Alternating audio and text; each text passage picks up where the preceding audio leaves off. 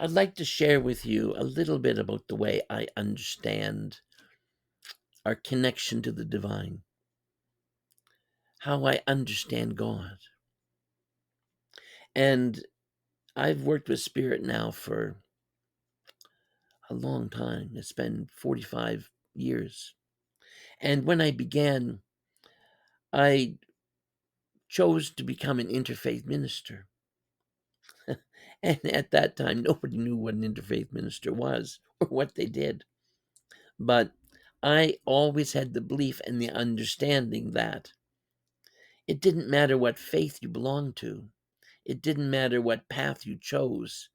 It's always the same divine presence. God, divine mind, is in all things. And all traditions celebrate the same divine truth, the same divine mind. And so I became an interfaith minister. And when I became an interfaith minister, I rejected the notion that God was conditional, that God's behavior was transactional, that God judged us and wanted us to do what he wanted us to do, and or she wanted us to do, and was restrictive and limiting, demanding obedience, petty in a way. I didn't understand God that way, and I still don't. But what I did understand was that there were lots of people in the world who had a faith and that they were being judged, not for what they did, but for what they believed. And I felt that was wrong. I felt that people, good people, no matter what their faith, will stand together in the world of spirit when they make their transition. And I still believe that today.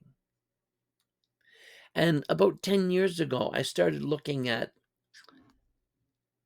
quantum physics and started understanding that quantum physics for the last 100 years has believed that the universe is conscious, that consciousness underlies all of our reality,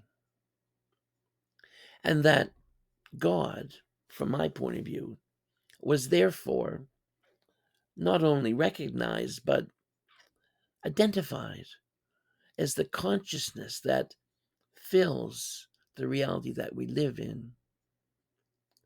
And quantum physics also tells us that we're all connected. And because we're all connected, we, you, me, all of us, live and exist within the mind of God. And I visualize God as a great ocean, and me and you as drops of water in that ocean, unique, individual, separate, distinct.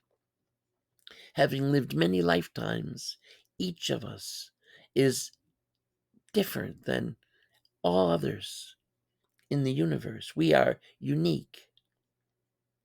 And because we're connected to each other, we are enriched by each other. How amazing is that?